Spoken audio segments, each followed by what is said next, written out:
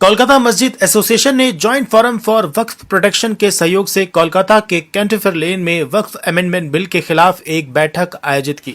इस बैठक में निर्णय लिया गया कि 27 दिसंबर को जुम्मा के बाद रामलीला पार्क से न्यू मार्केट तक एक शांतिपूर्ण रैली निकाली जाएगी। इस खास मौके पर मोहम्मद अशरफ अली कासमी, मौलाना मारूफ मोहम्मद सलाफी, मंजर Hussain, executive member of joint forum for Waqf protection and general secretary of Kolkata मस्जिद एसोसिएशन, इसके अलावा समाज सेवी उमर ओवैस, लकी अली और अन्य कई गणमान्य व्यक्ति भी मौजूद रहे। ये केएमए का मकसद है कि हम, इसका नाम है कोलकाता मस्जिद एसोसिएशन, जहाँ पे हमारा मकसद है चाहे आप किसी मसलक से हों, हर मस्जिद को एक करना, हर मस्जिद के मानने वालों को एक करना। और हमारा मकसद ये है कि हम मस्जिद के थ्रू, मस्जिद के जरिए बहुत सारे सोशल वर्क जो होते हैं, जो नबी सल्लल्लाहु अलैहि वसल्लम की मस्जिद नबी की होता था, उस तरह से हम चाहते हैं कि एक होकर के हम सारे सोशल वर्क मस्जिद के थ्रू करें। इसी तरह हमने देखा, हमने बहुत सारे काम किए, बहुत सारे नल वगैरह लगाए हैं हिंदुस्तान में, अलग अलग में, बंगाल में, बिहार में, उड़ीसा में, झारखंड, बिहार, पंजाब में। तो इस तरह से हम चाहते हैं एक होकर के हम मस्जिद के साथ मिलके काम करें। ये हमारा मेन मकसद है। Joint forum for Waqf protection का मकसद ये है, जो हमने अभी इसमें हम बहुत सारे एनजीओज हैं, बहुत सारे ग्रुप्स हैं, हमने उनको इकट्ठा किया है जो इस वक्फ के बिल जो है अमेंडमेंट बिल के खिलाफ आवाज उठाएगी। हम चाहते हैं कि हम अलग अलग ना रहें, हम इकट्ठे होकर के एक ग्रुप बन के काम करें। हमारा मकसद है कि हम 5 उंगलियों के तरह अलग ना रहें, इकट्ठे एक ग्रुप बन के काम करें, एक उम्मत बन के काम करें। इसी मकसद से हमने ये joint forum for Waqf protection बनाया है।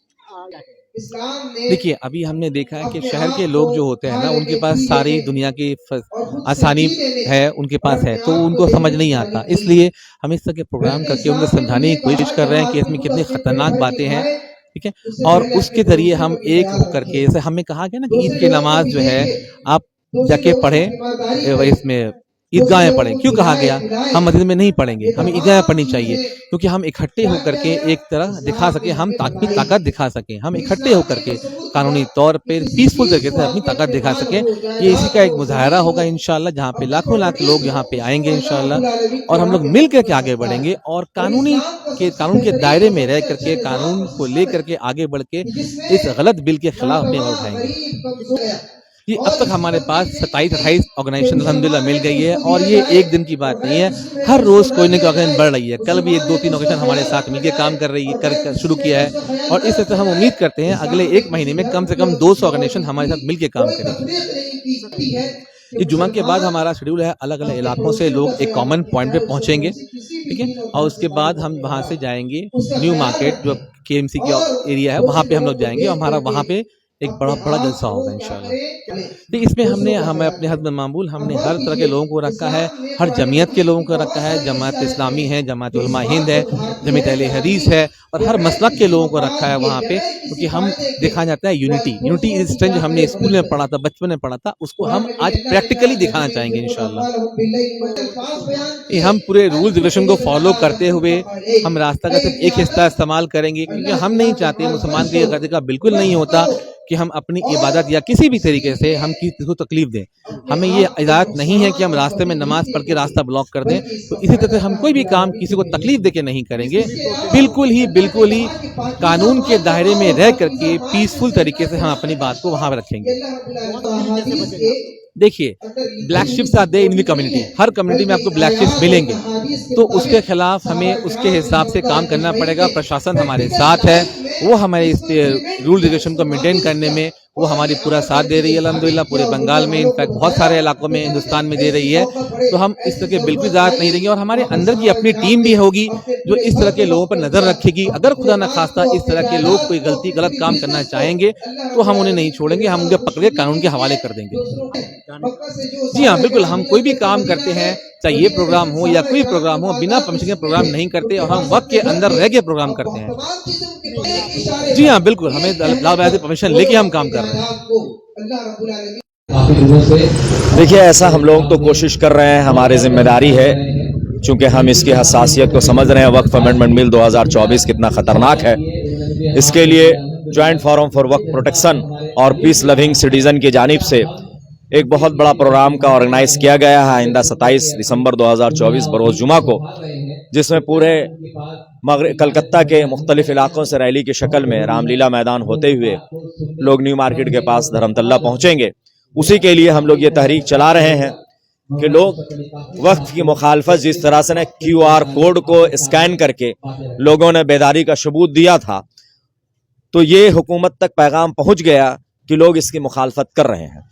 अब हम लोग ये चाह रहे हैं कि हम लोग अमली नमूना पेश करते हुए उसी तरह से हज़ारों और लाखों लोग सड़कों पर उतर कर पुरअमन तरीके से हुकूमत को ये बताएं कि सिर्फ QR कोड तक मसला नहीं था, हम हर तरह से इस बिल की मुखालफत करने के लिए तैयार हैं। यही पैगाम हम लोग हुकूमत तक देना चाहते हैं और आवाम से ये अपील करना चाहते हैं कि इस बिल के ख़तरनाक पहलुओं को आप समझें, ख़तरनाक नुकात को आप समझें, क्योंकि ये वक्फ बिल जो है ये एक ऐसा मसला है जो समझ लें कि आपको इबादत से रोकना है, और अगर जब कोई भी आपको इबादत से रोकता है तो संविधान के और दायरे में रहते हुए आप इसकी मुखालफत करें। तो लिहाजा इसी के लिए ये तहरीक चल रही है। आज 2-2.5 महीने से कलकत्ता में तहरीक चल रही है और पूरे मुल्क में all India Muslim personal law board के जानिब से ये तहरीक चलाई जा रही है। तो तहफ़्फ़ुज़ औक़ाफ़ कॉन्फ्रेंस के उन्वान से प्रोग्राम हो रहा है। ज़रूरत पड़ी हमारे बड़ों का, जब आवाज़ आएगा, जब हमारे बड़े लब्बैक कहेंगे, जब all India Muslim personal law board, Jamiat Ulama Hind और जो भी हमारी मिली तंजीमें हैं, जो हमारी क़यादत है, अगर वो क़यादत जो भी हमें हुक्म देगा हम उसके लिए तैयार हैं। जी माशाल्लाह, ये प्रोग्राम आज से नहीं, लगभग 2.5 से 3 महीने से चल रहा है। हर एक मस्जिद में हम लोग जॉइंट फोरम फेडरेशन और मस्जिद कमेटी की तरफ से और अभी पीस लविंग सिटीजन की तरफ से ये कंटिन्यू हम लोग हर एरिया वाइज हम लोग एक मीटिंग कर रहे हैं, स्ट्रीट कॉर्नर मीटिंग, जिसको हम लोग आवाज़ दे रहे हैं कि वक्फ बिल कितना खतरनाक है। खतरनाक भी नहीं, ये कैंसर है।